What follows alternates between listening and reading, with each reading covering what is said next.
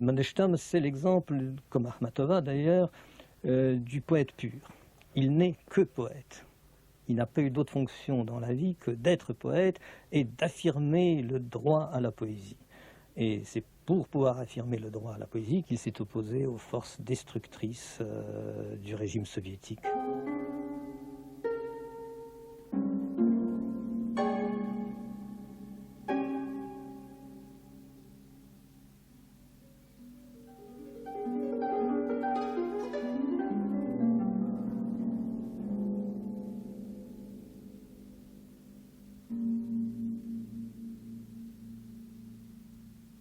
Il aimait les abeilles parce que les abeilles, pour lui, étaient une image du poète.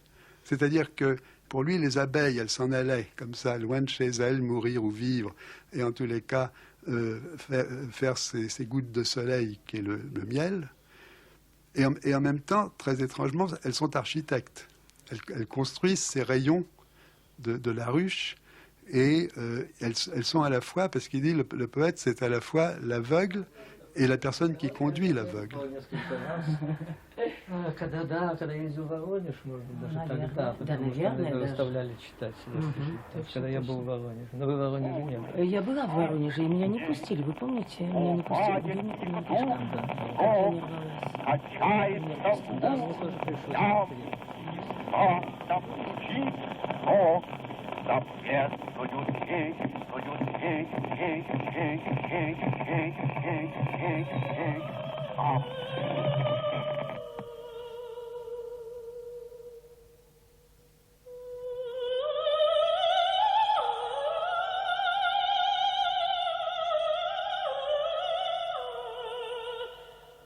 Ossip Mandelstam, Une hache dans la glace, par Marie-Christine Navarro.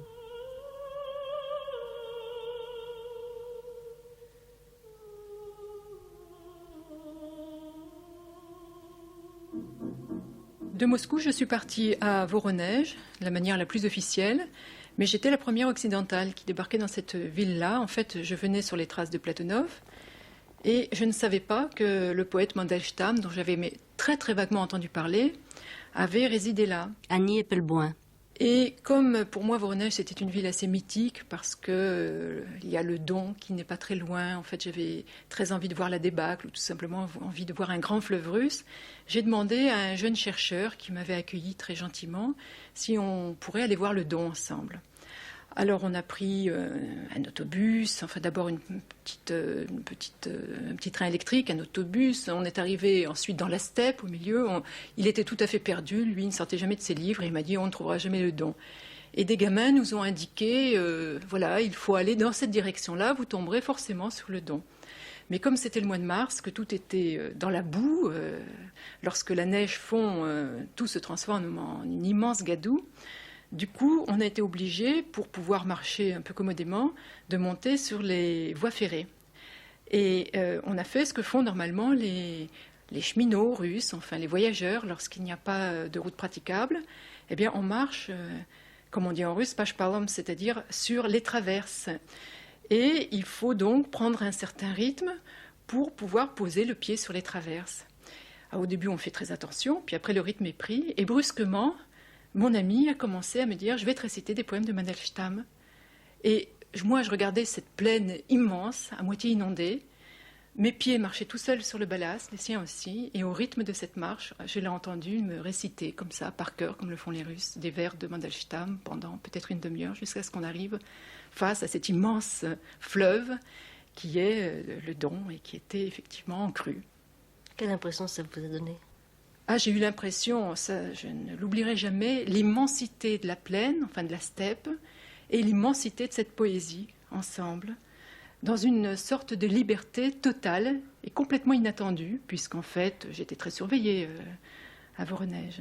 Et faire tenir ensemble tant de répression, tant de surveillance, et en même temps tant de liberté, eh bien pour moi, c'était ça la Russie. Уничижение, унижение, что это поразительно. Я им сказал вообще, Надо это как-то сохранить, эту улицу назвать именем Мандельштама. À la librairie russe de la rue de la Montagne Sainte-Geneviève à Paris, siège des éditions IMCA. En 1986, je suis allée à Moscou, à Voronezh, à plusieurs villes, par invitation du patriarcat de Moscou. Et particulièrement en Voronezh, je voulais obligatoirement aller voir la maison de Mandelstam, où je connaissais où il faut aller même. Mais à cette époque, c'était complètement interdit et je n'ai pas pu aller. Donc en 1992, il fallait insister encore. J'ai dû insister un peu parce que nous réclamons qu'il y ait une rue du nom de Mandelstam à Voronezh, mais ce n'est pas encore fait. Encore que la maison où il habitait ensuite, enfin l'appartement où il habitait ensuite, tout l'escalier est en graffiti de ces vers. Les étudiants viennent et écrivent, donc il y a une espèce de vraiment de... Il vit jusque dans l'escalier. Est-ce qu'il y a une rue Mandelstam à Voronezh aujourd'hui? Il n'y a pas de rue Mandelstam à Voronezh. Les gens vous indiquent très gentiment où habitait Mandelstam. Mais Mandelstam avait déjà prévu qu'il se passerait quelque chose avec rue Mandelstam. Il a fait un tout petit poème qui est plein d'humour et qui dit en russe la chose suivante. Это какая улица? Улица Мандельштама. Что за фамилия чертова? Как ее не вывертывай, криво звучит, а не прямо. Мало в нем было лилейного, нрава он не был лилейного. И потому эта улица, или вернее, эта яма, так и зовется по имени этого Мандельштама. Et Christian Mousse traduit ces vers de la façon suivante. Quelle rue ça? Rue Mandelstam, un nom à la diable. Tu le tournes en tous sens, ça sonne pas clair, c'est n'importe quoi. Il est peu égal, guerre liliale, ce kidam. Aussi cette rue, ce trou, s'appelle Mandelstam.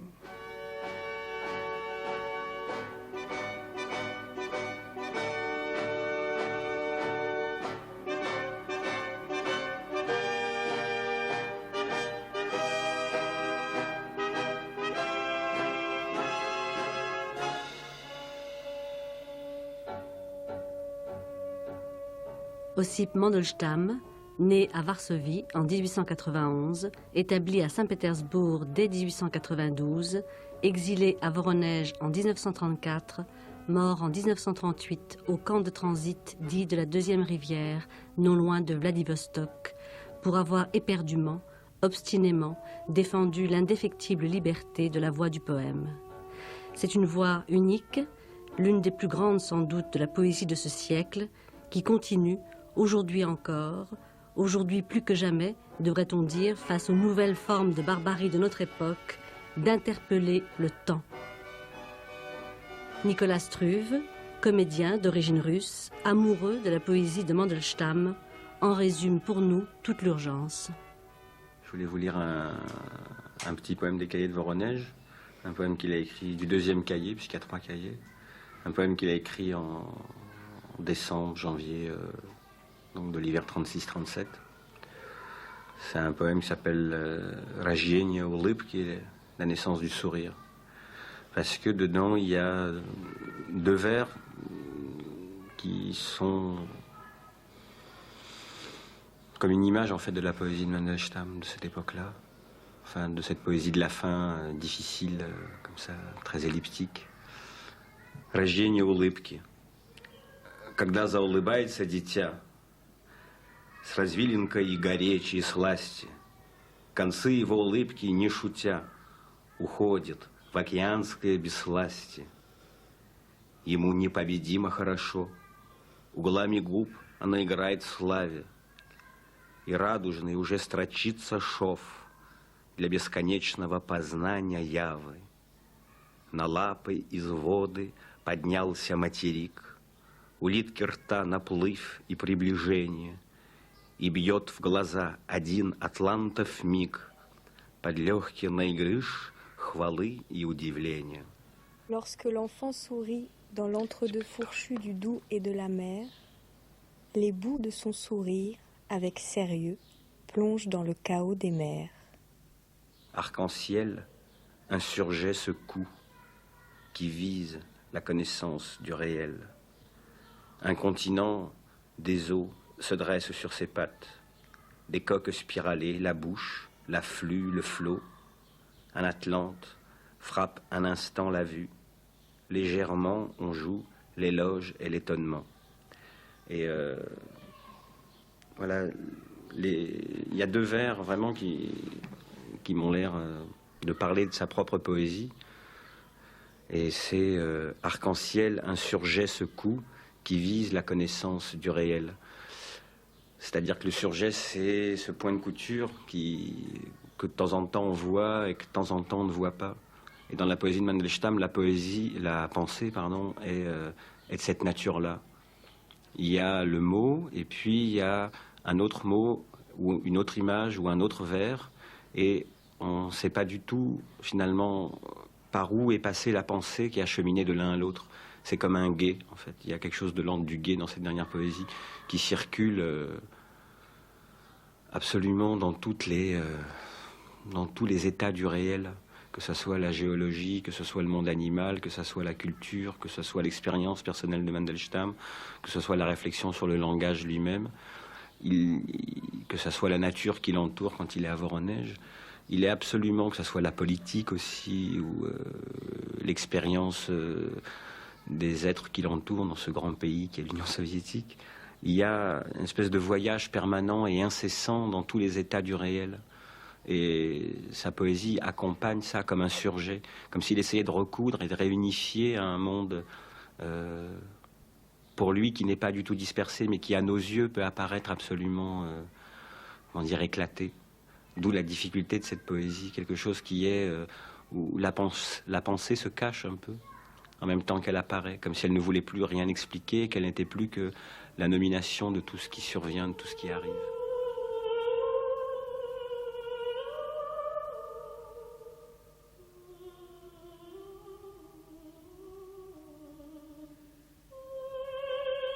Quand on a la chance de rencontrer, de lire, de découvrir un aussi grand poète que Mandelstam, on découvre quelqu'un qui est à la fois extrêmement concret. Martine Pascal. En même temps, toute l'âme russe est là. Moi, mon arrière-grand-mère était née à Odessa, donc sans connaître un mot de russe, je sens cette écriture et ce monde à travers ce que j'ai pu ressentir de mes lectures, mais aussi de ma famille. Et en plus, c'est qu'il est porteur aussi, il est médium. Le premier texte que je dis qui a été écrit en 1904 et que Nicolas Struve dit en russe, c'est « Ne lire que les livres d'enfants, ne rêver que rêves d'enfants. Les grandes personnes hors d'ici.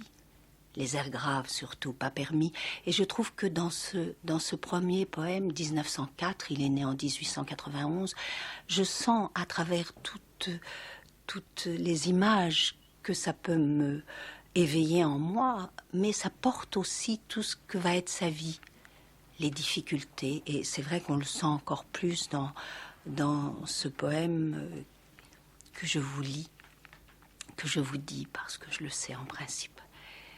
Cette nuit, je me suis lavée dans la cour. Le ciel y irradiait d'astres insolents.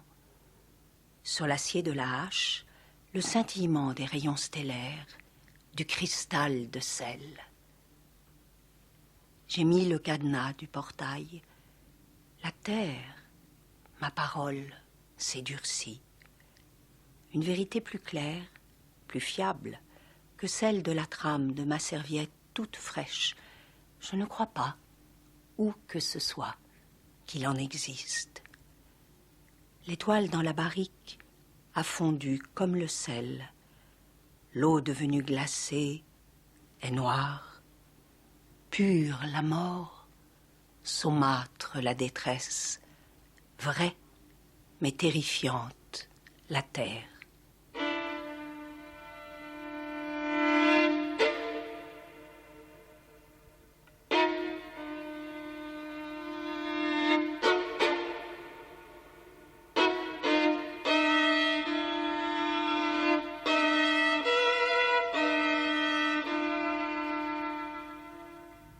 Nikita Struve. Mandelstam a été un excellent, je dirais, un grand poète dès le début. Dès le début, dès 1909, dès 1910. il émerge encore, je dirais, des brumes symbolistes. Il fallait se dégager de toute une école qu'il avait formée. Donc il y a là, si vous voulez, des tâtonnements. Mais très rapidement, il devient le peintre de la réalité de la vie, de la réalité de l'histoire, à la fois du temps qui construit, du temps qui dure. Il connaissait Bergson par cœur, par exemple. Il appartient à cette génération de poètes bergsonistes, que ce soit Eliot en Angleterre ou Ungaretti en Italie. C'est toute une génération qui se tourne, si vous voulez, des brumes symbolistes platoniciennes, qui se tourne vers la terre pour, je dirais, en exprimer tout le suc, toute la beauté, toute la réalité, toute la vigueur. Il aimait beaucoup les Grecs, mais il aimait beaucoup, peut-être encore plus les Latins, Ovide. Michel Cournot. Mais aussi les Français. Baudelaire, les Français, ou Maeterlinck, par exemple. Quand il était à Paris, où sa mère l'avait envoyé tellement elle était affolée par ses idées politiques, au Luxembourg, en lisant du Maeterlinck, il était tombé dans La Fontaine Médicis. Je ne devrais pas raconter ça parce qu'il a horreur des biographes. Et pour lui, les biographes, il les voit toujours comme des types à quatre pattes par terre en train d'essayer de retrouver des saletés entre les lames des parcs, des machins comme ça. Et sous les apparences, c'était un peu ce que jouait Charles Chaplin, un petit juif malingre qui se faisait soigner dans les sanas avant la Révolution, qui n'avait l'air de rien, mais ça c'est autre chose, qui n'avait jamais le sou, qui empruntait toujours de l'argent à tous les autres, qui ne le rendait jamais du reste, qui ne faisait rien et qui se morfondait le plus souvent parce que précisément la poésie, ça venait d'en haut. Ça venait d'en haut, ça mûrissait en lui, il n'avait presque pas besoin de l'écrire, enfin il finissait par la noter quand même. Est-ce qu'on peut rappeler précisément les recueils, les poésies qui sont parues, les dates qui vous semblent importantes et les recueils, les poésies que vous aimez particulièrement dans cette trajectoire? Vous savez, son premier recueil, il l'a publié, si je ne me trompe, à compte d'auteur, et tout petit, un tirage tout à fait limité. Ensuite, après la Révolution, c'était le second recueil Tristia, et puis c'est tout. Tout le reste a été publié, à part quelques publications, et même en 1930-31, dans le journal Izvestia, c'est Bouharine, il y avait la lutte pour le pouvoir à ce moment-là, qui a laissé publier quelques poèmes de Mandelstam, mais ensuite il n'a pas été publié, si vous voulez, il est l'auteur de 2 petits recueils de son vivant. Et il a fallu le dégel, c'est-à-dire les années 60, pour que ces poésies commencent à parvenir en Occident. Et c'est là que nous les avons publiées. C'est une de mes étudiantes au début qui me les envoyait. Elles commençaient à se diffuser en Russie. Elle se trouvait boursière à Moscou. Mais on a recueilli ça, si vous voulez, comme une bouteille à la mer. Et c'est là où intervient le rôle de sa femme, Nadejda, qui a réussi à conserver, souvent oralement du reste, son héritage.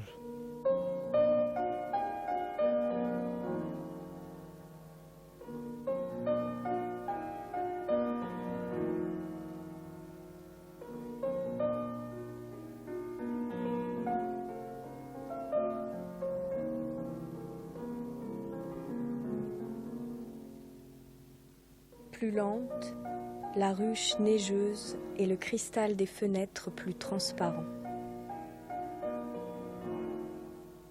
Sur la chaise, négligemment est jeté le voile turquoise.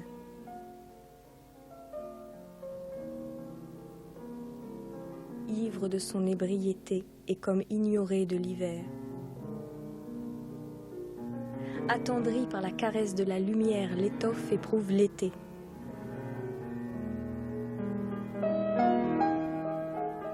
Et si le gel de l'éternité pleut dans le diamant glacial, ici c'est le frémissement des libellules promptes à vivre et aux yeux bleus.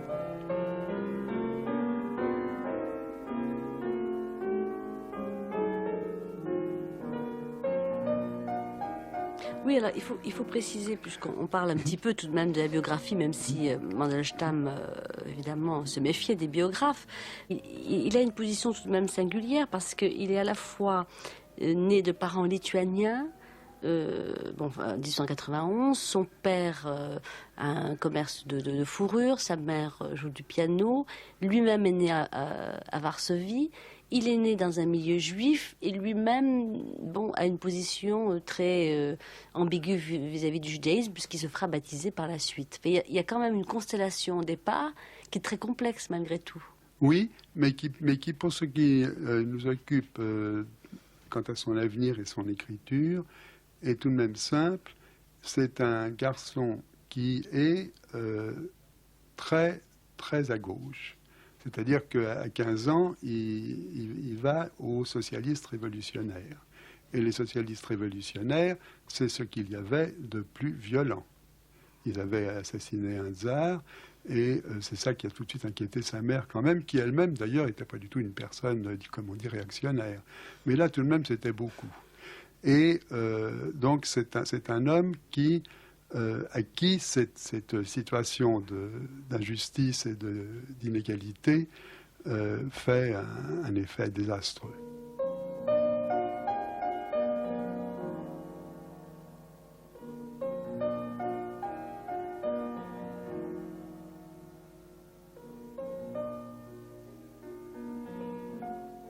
Vous voulez nous lire, Nicolas Struve, les poèmes, peut-être pour aller un petit peu chronologiquement cette fois, les poèmes de jeunesse dans la lecture qui a été donnée dans la Maison de la Poésie. On vous entend, on entend votre voix, et c'est parmi les poèmes qui ont été, je crois, édités dans le premier recueil, c'est-à-dire De la Pierre, qui a été édité alors qu'il n'avait pas 20 ans.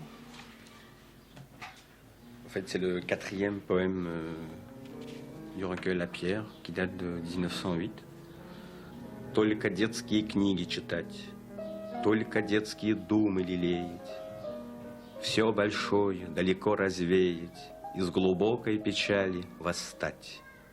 Я от жизни смертельно устал, ничего от нее не приемлю, но люблю мою бедную землю от того, что иной не видал.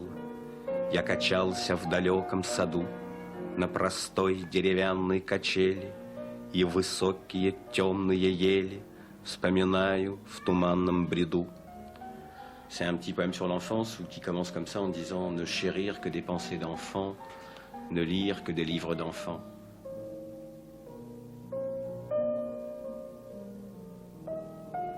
Annie Eppelboin.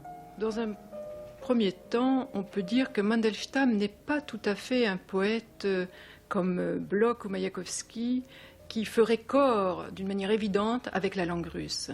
Sa langue natale, tout de même, n'est pas exactement le russe, puisque si sa mère parlait très bien le russe, était très cultivée, jouait de la musique, etc., son père, lui, ne parlait pratiquement pas le russe, enfin, le parlait très mal, et parlait plutôt l'allemand, et encore un allemand qui n'était pas absolument correct.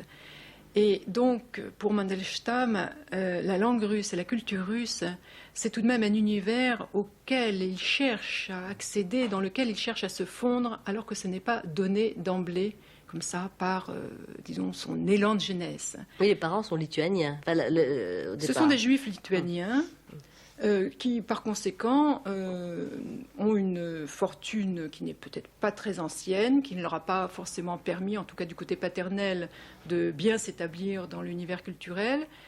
Et eh bien, il s'agit de ce que Mandelstam appelle le chaos judaïque, mais qui est une donnée commune à énormément de juifs des régions frontalières, polonaises, lituaniennes, ukrainiennes, c'est-à-dire des gens qui finalement ne sont sortis du ghetto et du shtetl que difficilement, grâce à des efforts inouïs, et qui sont toujours confrontés tout de même à la ségrégation, c'est-à-dire que pour entrer à l'université, on devait être absolument excellent, entrer dans ce numerus clausus, et ça n'était pas une chose évidente. Et on voit bien dans la correspondance comment le jeune Mandelstam, qui est un jeune homme de bonne famille, qui part en Allemagne, en France, faire des études, voir du pays, a le souci de savoir s'il pourra être inscrit à l'université de Saint-Pétersbourg, ce qui semblerait devoir aller de soi pour un jeune homme si brillant qui a terminé la meilleure école, le collège Ténichev, qui était vraiment la meilleure école privée pour la jeunesse de l'aristocratie et de la très haute bourgeoisie. Eh bien, non, on voit que pour lui, cette question de l'inscription à l'université n'est pas évidente. Alors, Est-ce que c'est pour cette raison, d'ailleurs, qu'il se fait très rapidement baptiser dans le culte protestant, d'ailleurs, en revenant vers Saint-Pétersbourg, en Finlande, on peut le supposer, puisque dès la rentrée suivante, la rentrée universitaire, il est inscrit alors qu'il n'avait pas pu l'être l'année d'avant. Toujours est-il que, donc, déjà, sa relation avec la langue, proprement dit, et la culture russe est une affaire de conquête et de choix tout entier, dans lequel il doit tout de même s'investir davantage que quelqu'un d'autre. Sa confrontation avec la culture est donc déjà en place. Oui, juste un point, vous parlez de son rapport à la culture russe, à la langue russe, mais il faut aussi parler à ce moment-là, en même temps, de son rapport aussi avec la culture judaïque. Dans des textes, dans la correspondance, il y a des traces de cette position où au départ, il ne se reconnaît pas forcément dans la culture judaïque non plus. Non, il y a été confronté très tôt à cette culture judaïque. Par son grand-père, par les amis de son père, par le milieu dans lequel il est, et il s'y sent très étranger. Et il est très inquiet de cette espèce d'univers clos qui, évidemment, le gêne dans cette volonté féroce d'intégration dans la culture littéraire qu'il a choisie très tôt, puisqu'il a écrit des vers très tôt, il les lit dans les cercles littéraires d'abord de son école, de l'université. Et évidemment, le milieu judaïque avec sa langue étrange, ses mélopées étranges, ses vêtements étranges, le gêne, lui pose problème. Et il ne se sent pas intégré à eux, même s'il les côtoie. Il sait qu'il en sort, mais précisément, il cherche à en sortir. J'aurais beau me crever au travail, porter des chevaux sur les épaules, faire tourner les meules des moulins, de toute façon, je ne serai jamais un travailleur. Mon travail, quelque forme qu'il puisse prendre, il n'est perçu que comme pur caprice, espièglerie, hasard. Mais telle est bien ma volonté, j'accepte. Je signe des deux mains. Deux façons de voir les choses. Pour moi, dans le pain couronne, ce qui compte, c'est le trou. Et la pâte de la couronne? La couronne, on la mange. Le trou, il reste. Le travail authentique, c'est une dentelle de Bruges. Ce qui compte dedans, c'est ce qui tient le motif. L'air, les vides, les ajours. Est-ce que l'on peut préciser, disons, le courant auquel il a appartenu? Il a écrit sur ce courant qu'on a appelé le courant acméiste, et c'est un courant aussi qu'il a fait s'opposer, par exemple, à des poètes futuristes avec lesquels il n'était pas d'accord. Les futuristes et les acméistes sont une réaction contre le symbolisme. Première réaction, c'est le symbolisme se situer trop dans l'au-delà, dans ce que Mandelstam appelait la rose idéale, alors que pour Mandelstam, la vraie réalité, c'est la rose telle qu'elle est, avec toute son odeur, sa senteur, sa réalité. Nikita Struve. Et par ailleurs aussi, il y a eu chez les symbolistes, fatalement, puisqu'ils étaient trop dans l'au-delà, une espèce de dépréciation du mot au profit de l'émotion lyrique, de la musique. Le mot était un peu dilué. Alors, acméisme et futurisme insistent beaucoup sur la valeur du mot, les acméistes sur la réalité et la bonté de l'être, et les futuristes, c'est un peu autre chose. Les futuristes, eux, ils ont la perspective du futur, de l'avant, ce qui a précisément déterminé chez eux une certaine adhésion à la révolution et au régime soviétique. Et alors, leur perspective, c'était vers un avant possible, vers un futur possible, qui ne s'est pas réalisé, d'où d'ailleurs ensuite la mort de Maïkovski, qui se suicide quand il a vu que précisément tous ses espoirs d'une vie nouvelle ne s'étaient pas concrétisés.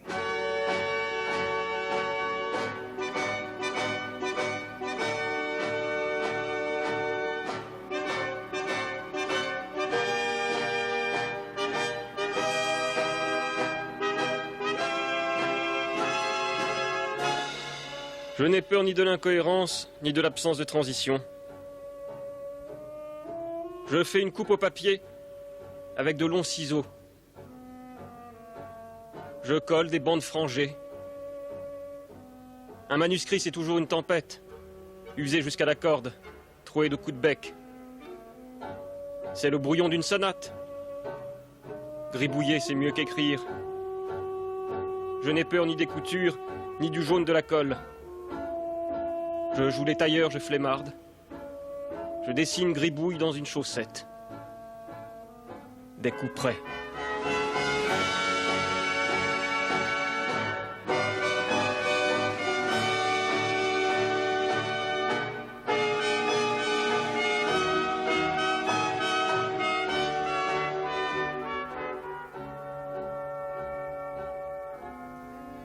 Michel Parfenoff. Le mouvement Ekmeis, c'était 3 personnes au départ, quand même, en gros. C'était Mandelstam, Nicolas Goumilev et Anna Akhmatova. Nicolas Goumilev était le premier mari de Akhmatova, qui a été fusillé en 21. Et ça a été pour Mandelstam et pour beaucoup d'intellectuels un coup absolument terrible. C'était le début de la fin. Oui, enfin, en tout cas, c'était un avertissement clair pour tout le monde. Je veux dire que, si vous voulez, si on revient un peu en arrière, je veux dire, presque tous les intellectuels étaient pour la révolution. Mais le clivage qui a été tout à fait important, c'était d'abord qu'on ait laissé mourir Alexandre Bloch sans soin, et ça a été vraiment terrible. Plus, et ce qui a été encore plus dramatique, c'était la condamnation à mort et l'exécution très rapide de Nicolas Goumilev, qui était un avertissement pour tous les intellectuels. Et à partir de 1923, Akhmatova et Mandelstam étaient considérés comme les dissidents de l'intérieur. Ça a été inventé à ce moment-là. C'était inventé par Ossip Brik, le mari de Lili Brik, qui faisait partie de la Tchéka, ce qu'on oublie toujours de dire dans toutes les biographies. Et donc, à partir de là, leur sort était lié.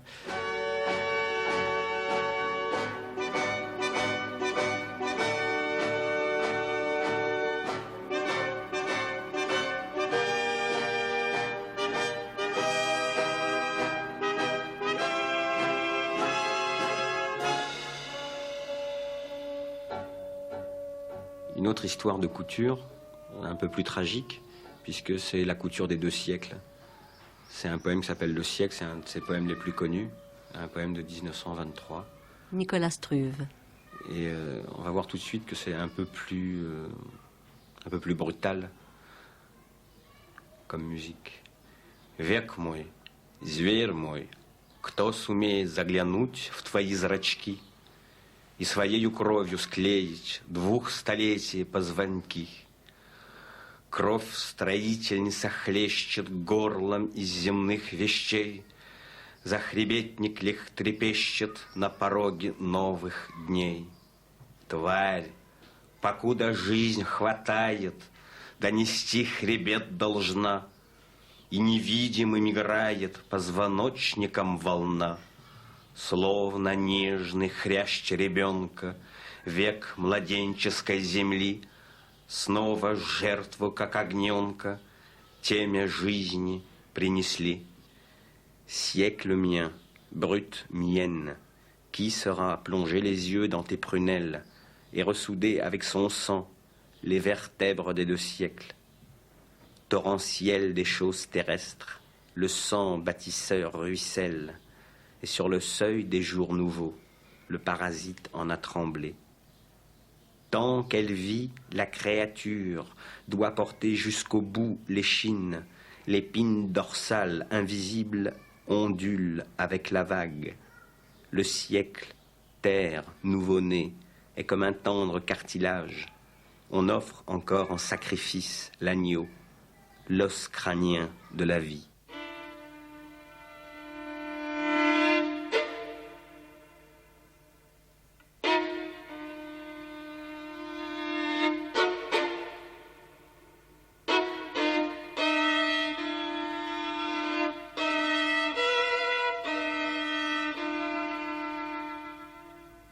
Annie Eppelboin. J'ai l'impression que dès le début, il a compris le danger, ne serait-ce qu'au niveau du langage. Il se rend compte qu'il se passe quelque chose d'assez terrible dans une forme de contamination du langage qui pourrait mener à ce qu'il appelle la mort de la philologie, c'est-à-dire au non-respect de la qualité propre au langage qui est d'exprimer les choses telles qu'elles sont. Là, il se rend compte, comme dit Nadejda Mandelstam, que les dés sont pipés avec les bolcheviks et que ce langage de la propagande est rigoureusement épouvantable.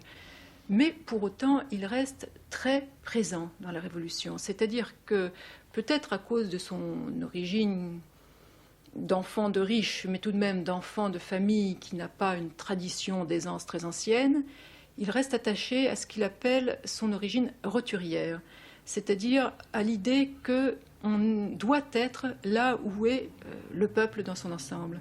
Et ça, c'est une donnée qui ne bougera pratiquement pas dans sa biographie. À certains moments, il se replie un petit peu, à d'autres moments, il se rapproche de ce peuple et ne demande qu'à être un peu en osmose avec lui, mais jamais il ne s'enfermera dans une tour d'ivoire.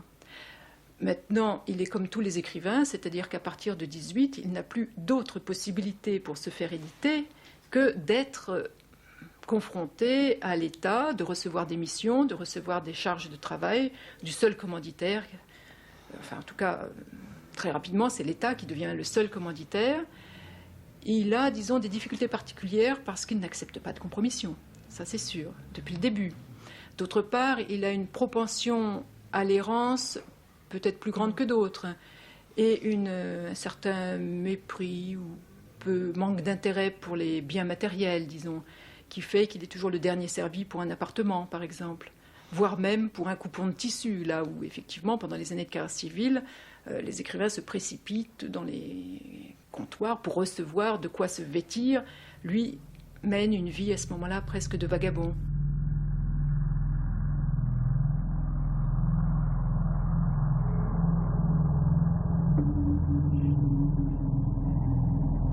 Le 1er janvier 1924. Ô la vie argileuse, ô l'agonie du siècle.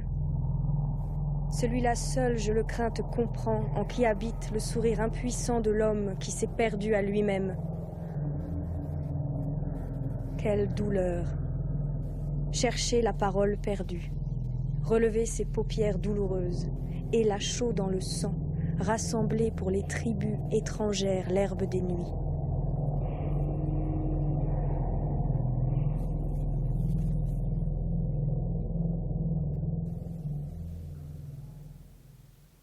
Siècle. La couche de chaux dans le sang du fils malade durci. Moscou sommeille, une huche de bois. Et aucun lieu où fuir le souverain siècle. La neige a une odeur de pomme comme jadis. J'ai envie de fuir loin de mon seuil. Mais où? La rue est sombre, et comme du sel répandu sur les pavés, ma conscience étalée devant moi, blanchie. Oui, on peut dire que là, il est très attristé du monde. Il faut dire que c'est une période qui annonce la perte de l'espoir, c'est-à-dire que meurent à ce moment-là les grands symbolistes, Bloch, plus tard Bieli, Yesinine se suicide, Mayakovsky va bientôt se suicider lui aussi. Il sent vraiment manquer l'air, comme on le disait à propos de Pouchkine. Enfin, c'est Bloch qui disait que si Pouchkine était mort, c'était moins par la balle de Dantès, son assassin, en duel, que par l'absence d'air. Et cette raréfication de l'atmosphère, enfin de l'air respirable, il le sent d'une manière très aiguë à partir de 25. Il le ressent même physiquement, d'ailleurs. Oui, on peut dire, puisqu'il souffrait d'une forme d'asthme liée à des troubles nerveux qui vont s'amplifier de plus en plus à partir du moment où il subit directement la pression du régime, puisqu'il est arrêté, malmené, torturé sans doute, et qu'après il ne s'en remet pas.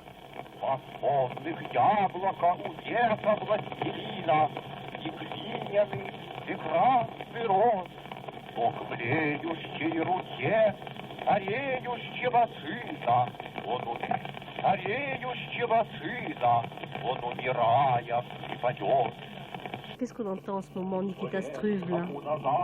C'est un poème de Mandelstam où il refuse toute contemporanéité avec son temps.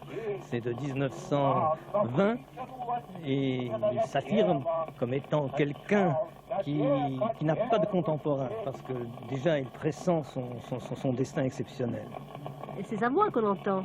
Ah, c'est tout à fait sa voix. Heureusement, vous voyez, heureusement conservée dans des conditions qui n'étaient pas les meilleures, bien sûr. Parce que ce sont des rouleaux qui sont restés pendant des dizaines d'années dans une cave.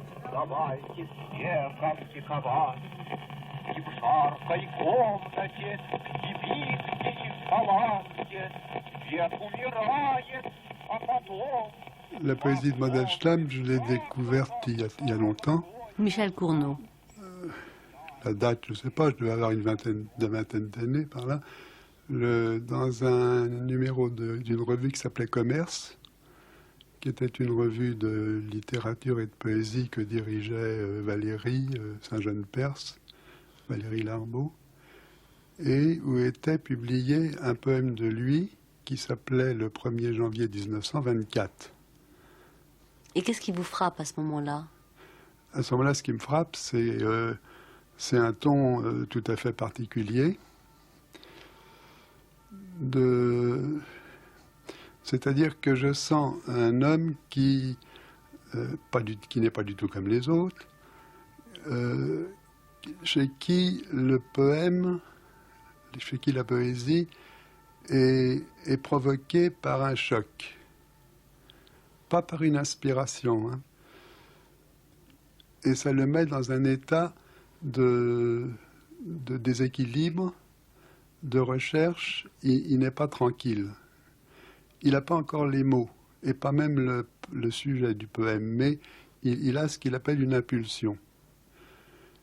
Et il est à la recherche à ce moment-là du mot perdu, comme il dit. Il se méfie des mots qui se promènent dans sa tête et qui sont errants. Si vous voulez, il parle il compare ça un peu à des nuages ou à des icebergs. Ceux-là, il faut essayer de les laisser passer. Donc, comme il dit, il n'écrit pas. Il crée sa poésie tout à fait oralement dans la conscience. Et je sens que on voit que le choc a été provoqué par quelque chose d'extrêmement concret. Par tout d'un coup la vue de quelque chose. C'est souvent les yeux, mais il a tous les sens beaucoup plus développés qu'une personne normale, les 5 sens. Il est évident que quand par exemple, il voit je me rappelle dans ce poème-là, il voit du linge étendu sur l'herbe pour sécher. Et il est évident qu'il ne sent pas, qu'il ne voit pas une différence entre la chose réelle et le poème. Mais qu'il faut que tout soit transcendé, transmué. Ne parle à qui que ce soit. Oublie tout ce que tu as vu. Oiseaux, vieillardes, cachots ou encore quoi que ce soit. N'adresse la parole à personne. S'emparera de toi, à peine tout ce que tu as vu, la bouche, oublie. à l'approche du jour, un rouge-gorge, une vieille femme, ta cellule dans la prison. La datcha, que te dire encore, vraiment tout. Dans les bois, sinon, que tu n'as jamais à peine auras-tu desserré les lèvres, te saisira dès le premier blanc de l'aube un frisson de planches de sapin. Auras-tu le temps de revoir les guêpes du mois d'août dans la ferme de famille, ton plumier d'enfant taché d'encre, et, dans la forêt, les myrtilles qui jamais ne furent cueillis. Mais dans chacun de ces poèmes, ça apparaît, vous l'avez demandé tout à l'heure, je n'ai pas su vous répondre, mais ça apparaît, le frisson de planche de sapin, lui, il n'a pas eu le cercueil, il a dû être jeté dans une fosse, parce qu'il y avait trop de monde à cet endroit-là. C'était un camp de transit qui s'appelait la Deuxième Rivière, à Vladivostok. Je ne crois pas qu'on pouvait enterrer avec les cercueils et tout. Mais vous voyez, il y a ça partout. Dans tous ces poèmes, il y a cette obsession d'intervenir, de rappeler, ou d'être envahi, ou d'être poursuivi par le temps. Il dit on ne peut pas échapper au temps, à son temps. Et si on échappe, on n'est pas bien dans sa vie. Il écrivait ça à son père. Donc, en même temps, il y a ce leitmotiv « Je ne suis pas encore mort ». Je ne suis pas encore mort. Oui.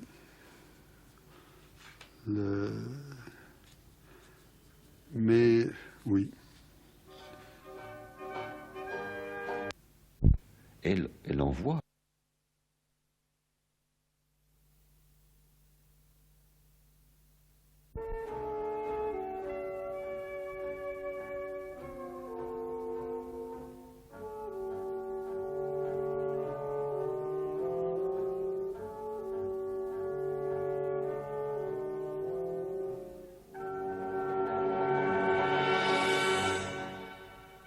Vos décrets sont cousus de fils pourris. Ils n'ont aucune cohérence. Ils sont contradictoires. On n'y trouve ni voix franche de camarades, ni condamnation précise, honnête, directe, ni poignée de main, ni coup porté, ni justification. On n'y trouve rien du tout. Vos décrets sont une véritable perversion, à peine fardée par la couche aigrelette de quelques truismes moraux. J'ai honte pour vous. J'ai honte de découvrir que des hommes âgés peuvent être incultes et malhonnêtes. J'ai honte pour la jeunesse qui n'a pas le courage de hausser la voix au moment nécessaire et de dire ce qu'elle pense. Quel jésuitisme dépravé, quelle cruauté. Je ne dis pas de fonctionnaire, mais de pop faut-il avoir pour déclarer un homme moralement responsable, après une année de traque frénétique, d'une traque qui puait le sang, après lui avoir arraché un an de vie, avec la chair et les nerfs, et de ne pas même dire un mot sur le fond de l'affaire. Dans l'histoire de la littérature soviétique, vous avez écrit un chapitre qui sent la chair en décomposition. Je quitte la Fédération des écrivains soviétiques. Je m'interdis dorénavant d'être écrivain, car je suis moralement responsable de ce que vous faites. Merci, camarades, pour ce procès de singe. Lettre ouverte aux écrivains soviétiques, 1929. Annie Eppelboin, oui, pour comprendre un petit peu l'attitude justement du poète, la posture de poète de Mandelstam face à l'art officiel, il faudrait peut-être mentionner ses écrits en prose, parmi lesquels précisément la 4e prose. Oui, il faut dire que la confrontation la plus violente vient en 29 et c'est assez étonnant de voir comment Mandelstam ne veut pas croire à la détérioration terrible des relations entre les écrivains et l'État. Mandelstam vivait de traductions, faut dire souvent médiocres, et en particulier on lui avait demandé de refaire, rééditer, revoir, corriger une traduction de Till Eulenspiegel, et dont Gornfeld avait été le premier traducteur. Et la faute en est à l'éditeur qui a omis de mentionner le premier traducteur, Gornfeld, et n'a mentionné que Mandelstam. Donc Gornfeld se fâche. Et là, il y a un développement assez épouvantable de l'affaire. Ce prétexte devient l'occasion de juger Mandelstam et de le juger comme on jugeait tout écrivain à l'époque, c'est-à-dire de condamner, voire même de lyncher. En 29, tous les écrivains un tout petit peu autonomes étaient systématiquement dénigrés dans la presse, objets de calomnie, on les traitait avec toutes les formules disqualifiantes, qui interdisait ensuite de les publier. Et c'est sans doute à ce moment-là que cette crise épouvantable, enfin je crois que c'est le moment où il exprime le plus dans ses lettres son désespoir, il va véritablement comprendre et oser penser qu'il a affaire à des gens totalement malhonnêtes, totalement enrégimentés en face de lui. Manadinka, je suis complètement perdu. C'est très dur pour moi. Nadik, je devrais être toujours avec toi. Tu es ma courageuse, ma pauvrette, mon oisillon. J'embrasse ton joli front, ma petite vieille, ma jeunette, ma merveille. Tu travailles, tu fais quelque chose, tu es prodigieuse. Petit Nadik, je veux aller à Kiev, vers toi.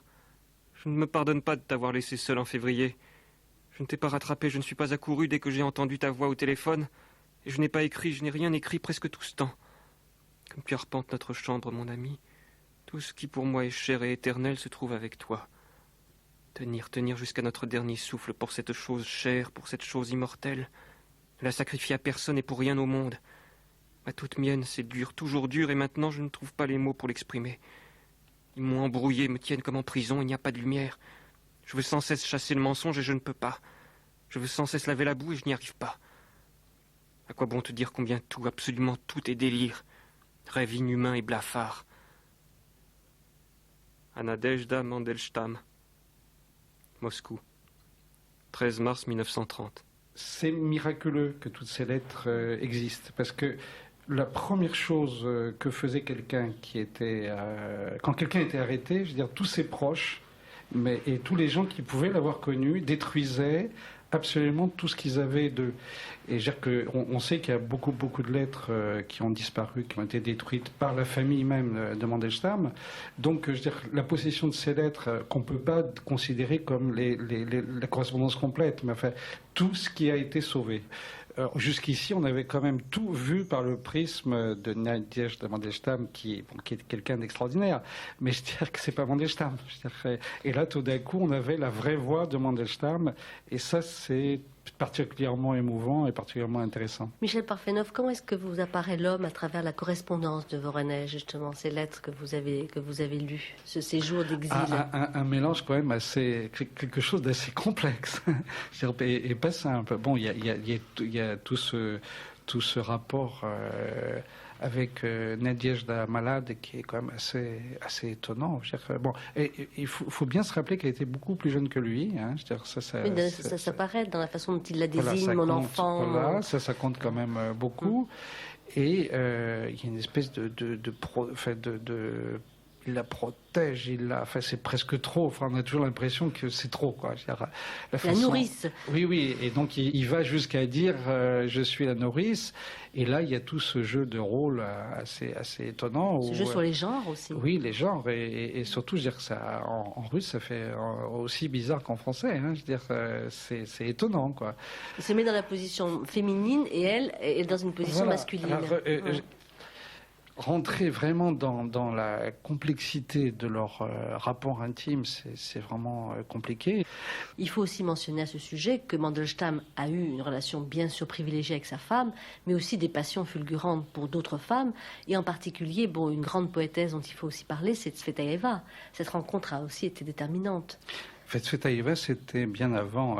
Bien avant, oui. Mais ça a été vraiment un moment de passion très très intense. Je veux dire que Tsvetaeva était quelqu'un aussi de très très passionné, qui ne vivait que dans la passion. Et c'est un moment pour lui très important parce que il l'a dit, ça a été pour lui une espèce de grande libération pour sa création, pour sa vie, même son regard sur le monde. Et alors, il fallait pour Mandelstam une espèce d'initiation à la Russie qui, effectivement, a été accomplie par Tsvetaeva, qui lui a fait don de Moscou, qui l'a initié, si vous voulez, à cette ville plus profondément russe par rapport à Saint-Pétersbourg, qui est une ville européenne, effectivement. Tsvetaeva est une voix qui crie. Qui crie, alors que le cri de Mandelstam, lui, est toujours un cri, je dirais, qui vient des profondeurs, tandis que Tsvetaeva, c'est quelqu'un qui se brise sans arrêt. Mandelstam ne s'est jamais brisé, si vous voulez.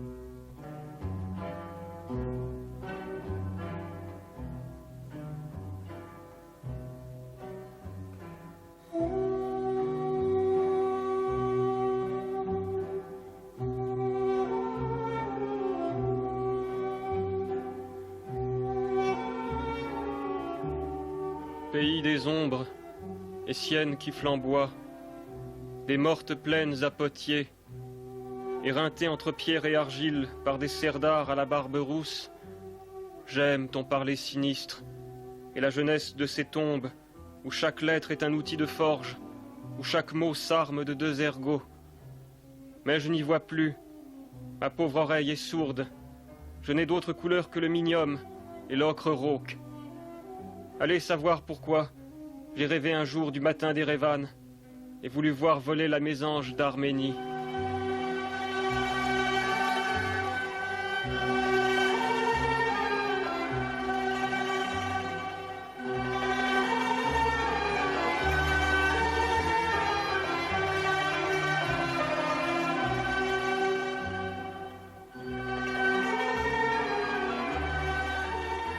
Annie Eppelboin, tout à l'heure vous avez parlé du poète comme vagabond, de Ossil Mandelstam comme vagabond.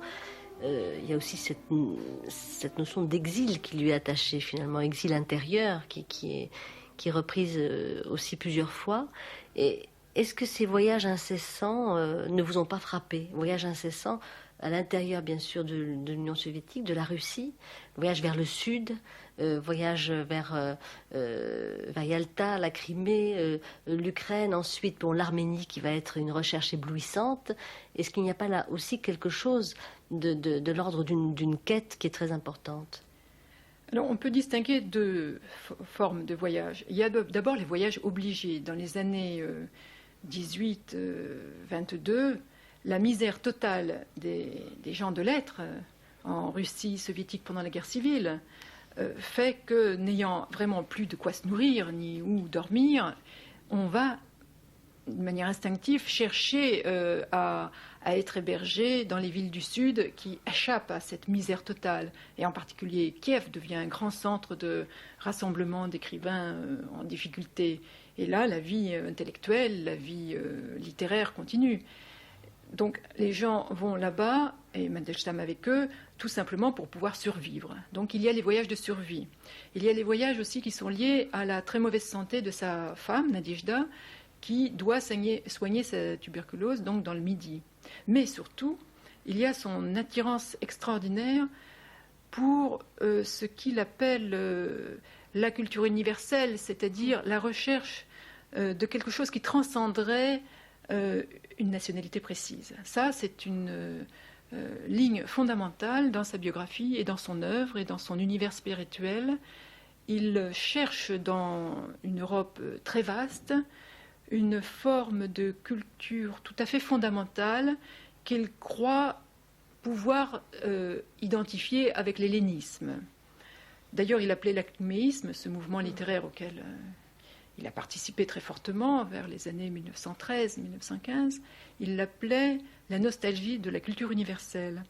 Alors, l'hellénisme, il le trouve tantôt dans l'art roman ou dans l'art moyenâgeux occidental, tantôt dans la culture grecque elle-même, tantôt y compris chez les poètes latins ou dans l'univers italien. Mais en tout cas, pour ce qui est de la Russie proprement dite, je crois qu'il a l'impression de retrouver ça, et Dieu merci, dans l'univers russe proprement dit, dans les marges du Sud, c'est-à-dire l'Ukraine d'abord, et surtout la Crimée, qui est un lieu réel d'hellénisme, puisqu'il y avait des colonies grecques encore tout à fait présentes, et après, finalement, en dernier recours, dans le Caucase. Et c'est ce qu'il a trouvé aussi en Arménie ? Ah, certainement. En Arménie, ça ne fait pas le moindre doute. Je pense que c'est beaucoup plus d'ailleurs une question de visuel, c'est-à-dire qu'il trouve dans le paysage lui-même quelque chose qui lui rappelle l'hellénisme, c'est-à-dire les montagnes sèches, la sécheresse aussi des silhouettes des gens un peu maigres, la noblesse des traditions, l'élévation d'âme, une forme de hospitalité, enfin tout ce qu'il peut au fond imaginer des Grecs. Quelque chose de perdu. Oui, quelque chose de perdu, de fantasmatique, qui serait le grand fond commun de la culture européenne.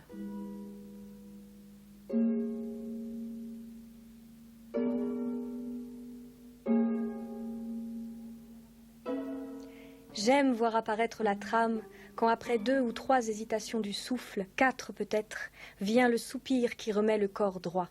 Ainsi, dessinant des formes ouvertes avec les voiliers rangés en croissant, l'espace joue dans un demi-sommeil, enfant qui n'a pas connu le berceau. J'aime voir apparaître la trame, quand après 2 ou 3 hésitations du souffle, 4 peut-être, vient le soupir qui remet le corps droit. Et quel bien-être, quelle pesanteur, quand approche l'instant, et que la corde de l'arc teinte soudain dans mes balbutiements. Et Schubert sur l'eau, et Mozart dans le vacarme des oiseaux, et Goethe sifflant sur le sentier sinueux, et Hamlet, ses pas craintifs tenant lieu de pensée, prenait le pouls de la foule, avait confiance dans la foule. Le murmure peut-être a pris naissance avant les lèvres. Et les feuilles tournoyaient sans qu'il y eût d'arbre. Et ceux à qui nous dédions l'expérience avant l'expérience avaient acquis leurs traits. Après la grande menace de l'affaire Kornfeld en 1929, le voyage en Arménie permettra à Ossip Mandelstam de retrouver la parole poétique. Ce sont là quelques années de répit avant l'exil à Voronej de 1934. Nicolas Struve. Dans l'entretien sur Dante, qui est un texte qu'il écrit au début des années 30, et qui est vraiment, après une longue période de silence, il a recommencé à écrire des poèmes. C'est un long texte en prose où, s'entretenant sur Dante et parlant de Dante, au fond, il ressaisit tout ce que lui comprend, espère et croit de la poésie. Et dedans, il y a constamment des définitions, une sorte de théorie comment dirais-je, qui s'écrit à la volée, comme ça ou pas. On sait qu'il composait beaucoup en marchant. Il décrit sa poésie, il dit « Il faut traverser à la course toute la largeur d'un fleuve encombré de jonques mobiles en tous sens. » C'est une course. Il n'y a pas... Et les jonques, le moment où se pose le pied du poète, mais le pied, c'est aussi bien le pied du vers, hein, on sait que les vers sont composés de pieds.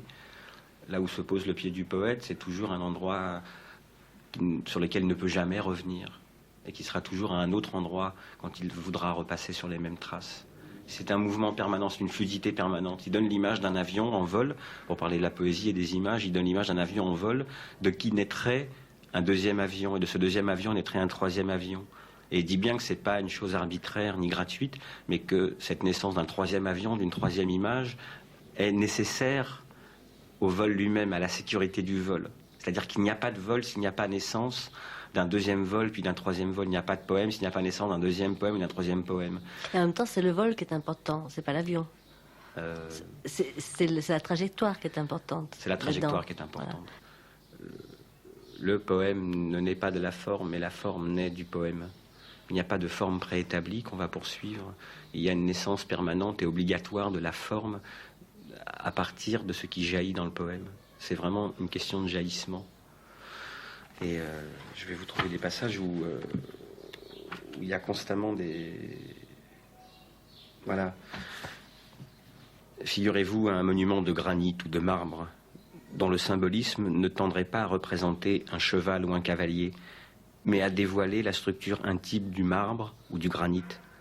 Autrement dit, imaginez un monument de granit dressé à la gloire du granit et qui tâcherait d'en illustrer l'essence. Vous aurez alors une idée assez claire du rapport que Dante établit entre forme et contenu.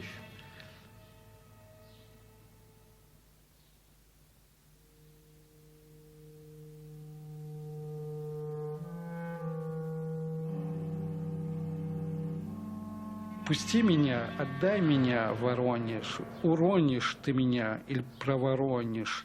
Ты выронишь меня или вернешь. Воронеж, баш, Воронеж, ворон, нож. Lâche-moi, rends-moi, Voronège. Tu me dévoreras, tu me renieras, tu me relâcheras, me vomiras. Voronège, lubie, barreau, neige.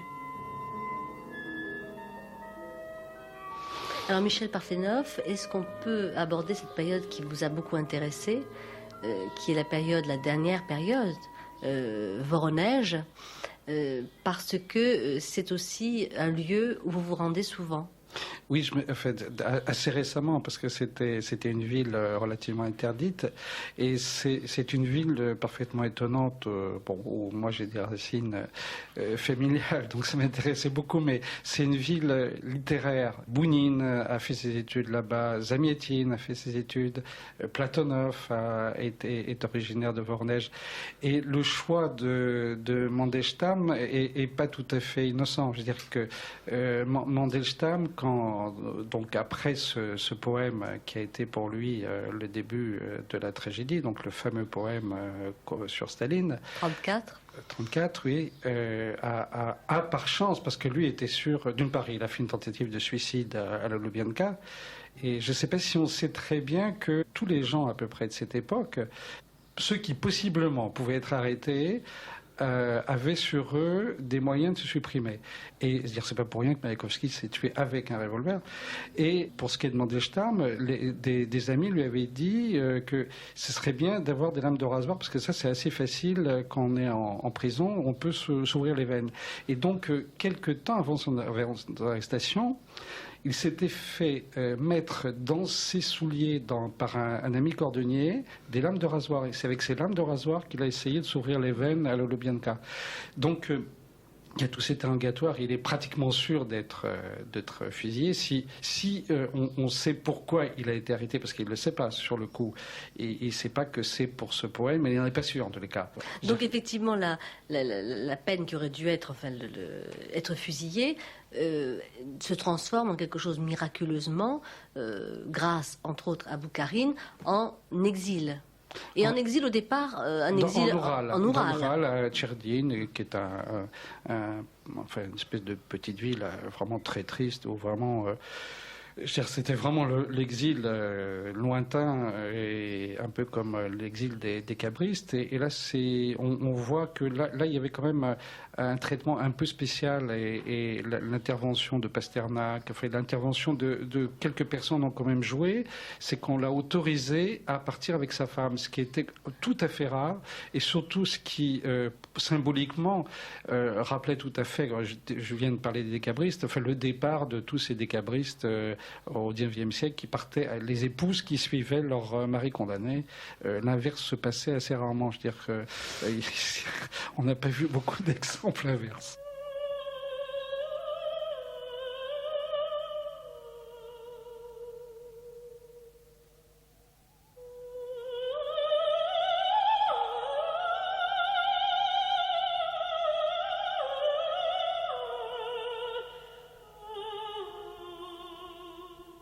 En me privant des mers, et de l'élan, et de l'aile, en donnant à mon pied l'assise de la terre violente, qu'avez-vous obtenu?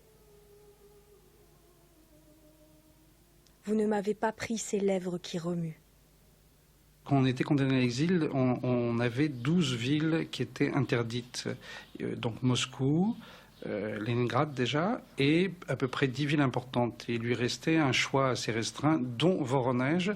Et il choisit Voronège pour plusieurs raisons. Une raison très simple, c'est qu'un de ses poèmes avait été publié en 19, et donc ça lui plaisait assez. Et surtout, c'est la situation géographique et culturelle de Voronège. Voronège est donc une ville du Sud qui a eu un grand moment de gloire avec Pierre Ier, puisque c'est à partir de là qu'on a construit la flotte russe pour le Sud. C'est une ville frontière, après c'est l'Ukraine, et donc il y a une espèce de pureté assez étonnante de la langue. Des gens comme Zemietin ont toujours dit que c'était un des endroits où on parlait mieux le russe. Alors pour l'histoire, un peu plus loin, c'est là que Tchekhov est né, et c'est là que la famille de Tchekhov était serfe. Donc enfin, il y a quelque chose de très russe, hein. Il n'y a aucun doute possible. Il y avait aussi alors, encore une autre chose, on a toujours dit que c'était une ville où au mètre carré, il y avait le plus d'aristocrates. Et quand, enfin déjà avant la Révolution, et quand Mandelstam arrive, c'est juste après les purges de Leningrad. Donc les purges où c'était par couche comme ça sociale, et là on venait d'épurer tout ce qui était noble, et donc et beaucoup de nobles avaient choisi Voronège pour un peu les mêmes raisons que Mandelstam, parce que c'était pas trop loin quand même de Moscou, donc des gens pouvaient venir les voir. Il y avait quand même une relative vie culturelle, il y avait quand même des bibliothèques, un opéra, enfin il y avait tout ce qui pouvait permettre une vie à peu près normale. Quand on lit quand même la correspondance de Voronège, enfin les dernières années, et à un moment donné c'est terrible, parce qu'à un moment donné c'est fini, il ne travaille plus. On a dit qu'il avait travaillé, mais après il ne peut plus travailler. Et à ce moment-là, c'est la mendicité totale. Ils sont dans les petites rues, et on leur donne de l'argent comme ça la nuit, à la nuit tombée. Enfin c'est terrifiant à un moment donné. À un moment, c'est même tout à fait... Enfin, ce qui est assez étonnant, c'était une ville qui était envahie par les mendiants. C'était au moment de les découlakisés arrivaient à Voronège pour mendier. Il y avait les paysans qui étaient affamés. Il y avait des famines organisées en Ukraine. Donc Mandelstam, même dans sa plus grande misère, était presque un privilégié par rapport à ces foules de gens qui envahissaient les rues de Voronège. Enfin, il a vraiment vécu. Enfin, c'était quand même quelqu'un qui était très très riche. Enfin, c'était une famille tout à fait aisée. C'était quelqu'un avant la Révolution qui vivait très bien. Et tout d'un coup, je veux dire, il s'est retrouvé petit à petit dans la misère la plus noire. Et là, vraiment, il a vécu ce qu'ont vécu les Russes à toute cette époque. Hein.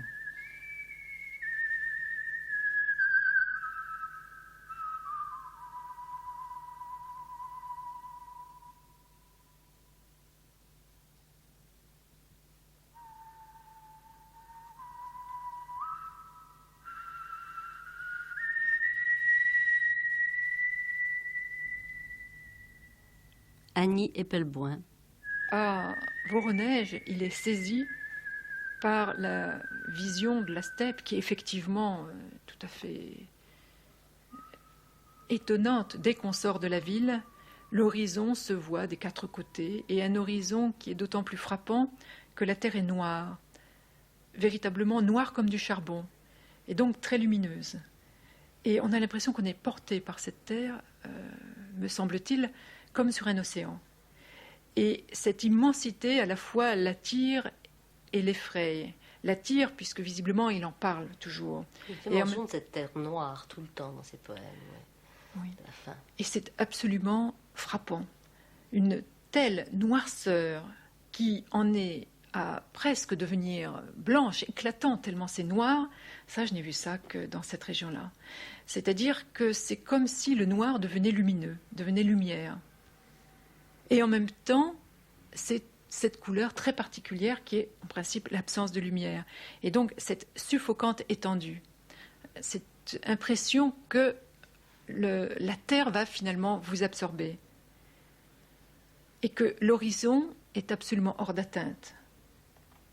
Menace et consolation.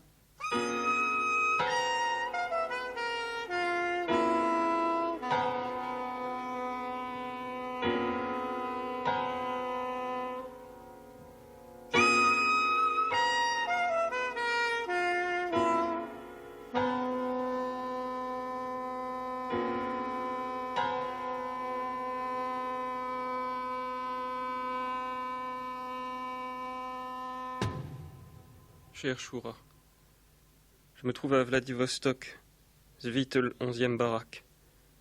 J'en ai pris pour 5 ans sur décision de Lozo. L'escorte est sortie de Moscou le 9 septembre. Nous sommes arrivés le 12 octobre. Ma santé est très fragile. Je suis à la limite de l'épuisement. J'ai maigri, je suis presque méconnaissable. Aussi, je ne sais pas si cela a un sens d'envoyer des vêtements, des provisions et de l'argent. Essayez malgré tout. J'ai très froid sans vêtements chauds. Ma Nadinka, je ne sais si tu es vivante, ma colombe. Toi, Choura, écris-moi tout de suite au sujet de Nadia. C'est ici un point de transit. On ne m'a pas pris pour la Colima. Il est possible que je passe l'hiver ici. Mes chéris, je vous embrasse. Orsia. Aux alentours du 10 novembre 1938.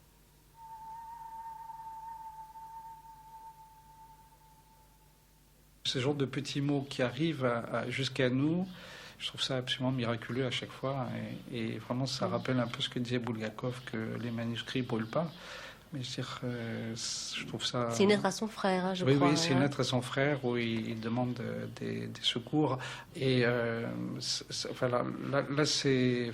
Quand on connaît un petit peu l'histoire du goulag, je veux dire que la mortalité la plus importante était dans les premiers mois.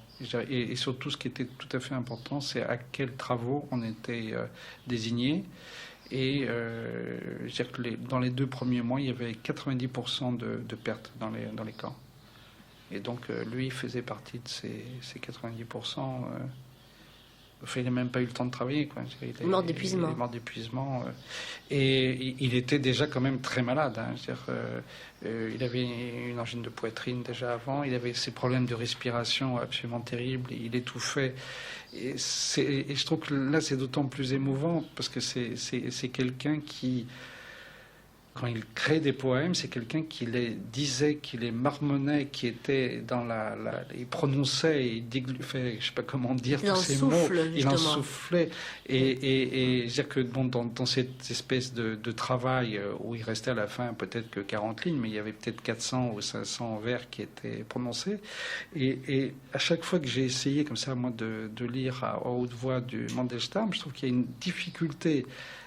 Presque, enfin, ça fait quelque chose dans la gorge de difficile à dire et on imagine cet homme en train d'avoir de plus en plus de mal à respirer et surtout à chaque fois qu'il y avait un choc émotionnel, ça se traduisait par une espèce, je sais pas, quelque chose comme une crise d'asthme et de penser que c'était quelqu'un qui est parti avec une angine de poitrine, qui est parti dans un camp cardiaque et qui partait dans un camp dans les conditions qu'on sait maintenant, enfin on sait ce que c'est maintenant le goulag. Enfin, je trouve ça tout à fait... c'est vraiment tragique, mais au dernier dernier degré de la tragédie. Quoi. Et ce qui est très très frappant, c'est toutes les photos qu'on a de lui, cette façon dont il vieillit. Il y a une vitesse absolument incroyable. Et lui-même dit, j'ai 75 ans, et quand on regarde un peu après les dates, il a dans les 43, 45. Enfin, il y a quelque chose de terrible, hein, vraiment terrible. Une usure. Oui.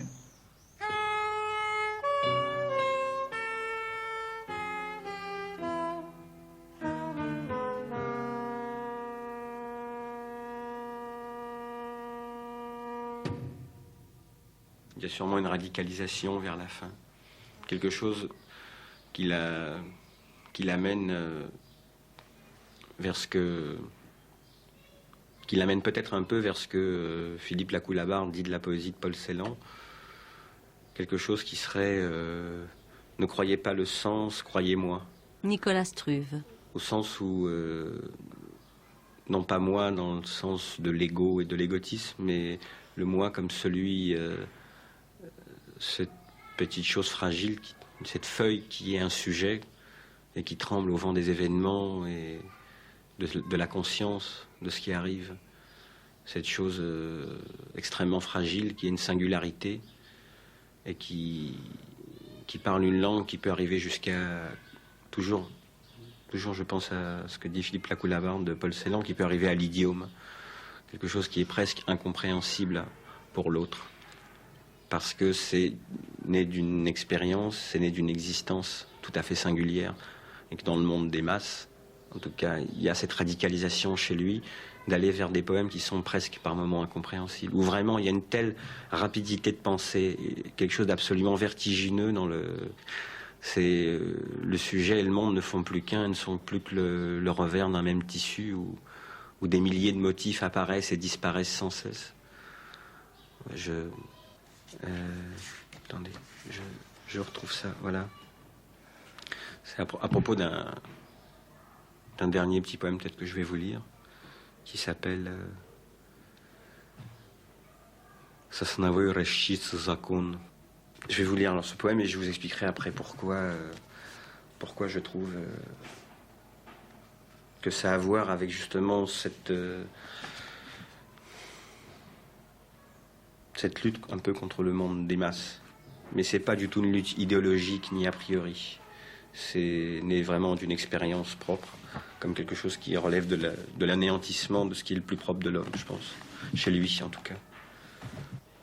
Donc, la loi du bosquet vert.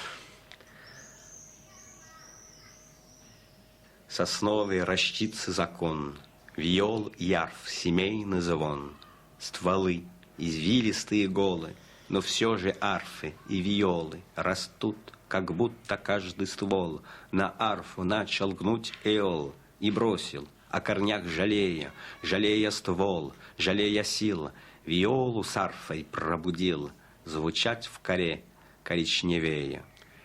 Alors pourquoi je lis ce petit poème comme ça sur le monde inachevé, puisque Éole a commencé à courber et à fabriquer en chaque tronc une harpe et une harpe et une viole. Et puis il s'arrête. Et il s'arrête, Mandelstam dit, ayant pitié du tronc, ayant pitié des racines, ayant pitié de ses propres forces. Et il y a comme ça cette image de délicatesse à l'égard du monde. Il faut pas totalement achever le monde, et en même temps une image de paresse qui est très, très mandelstamienne. Il a dû écrire 350 poèmes en 30 ans de travail, et quelques essais, pas mal d'essais, c'est vrai, mais c'est pas quelqu'un qui se forçait du tout à écrire quotidiennement. C'est quelqu'un écrire sans écrire en plus. Oui, écrire sans écrire, puisqu'il faisait beaucoup noter ses poèmes. Donc peut-être que cette paresse, cette nonchalance, l'inachèvement qui préside au monde, finit-il peut-être quelque part par être coupable. Mais pas tant coupable d'ailleurs qu'insuffisante, parce qu'en face, il y a une force qui ne veut pas non plus laisser aux hommes le temps de finir ce qui n'est qu'ébauché. Mais plutôt une force qui ne veut pas entendre, qui ne veut pas laisser aux hommes le temps d'entendre la musique qui est dans les choses. Et la musique qui est en germe, et que le poète fait entendre de cette manière. Et ce quelque chose, c'est le pouvoir. qui impose un sens figé, qui impose une seule musique, qui impose justement le pas de loi, qui impose un pas le même pour tous, et c'est le sens de l'idéologie. Et la question, je crois justement, pour revenir justement à l'actualité, je dis la question qu'on doit se poser, c'est en quoi l'idéologie est meurtrière, en quoi une pensée qui vaudrait pour tous, à un moment donné, peut tuer.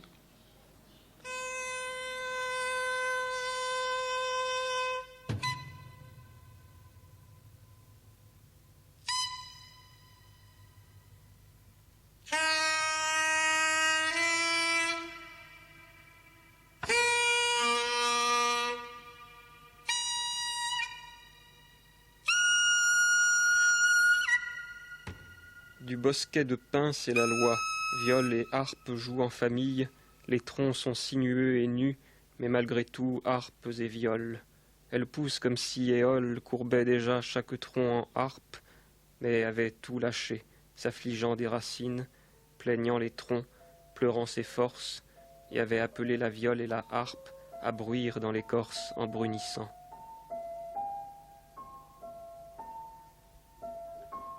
Ossip Mandelstam, Une hache dans la glace, par Marie-Christine Navarro.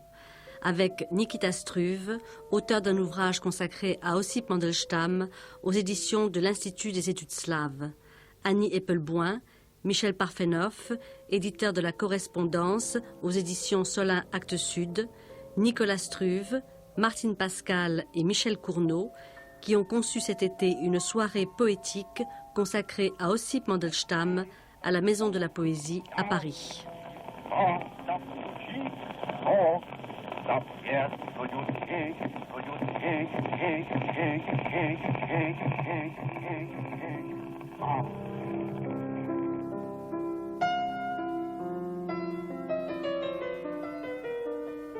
Texte lu par Nicolas Struve, Michel Parfenoff, Stéphane Valency et Claire de Michel. Extrait de la Correspondance, de Tristia aux éditions Gallimard, de Simples promesses et de L'entretien sur Dante aux éditions La Dogana. On peut aujourd'hui retrouver cet entretien aux éditions de l'Âge d'Homme.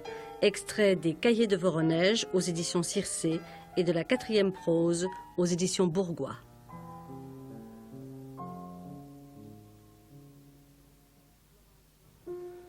Prise de son, Florence Lambolet et Nicolas Lepère. Mixage, Michel Créis et Marie Lepeintre. Réalisation, Jean-Claude Loiseau.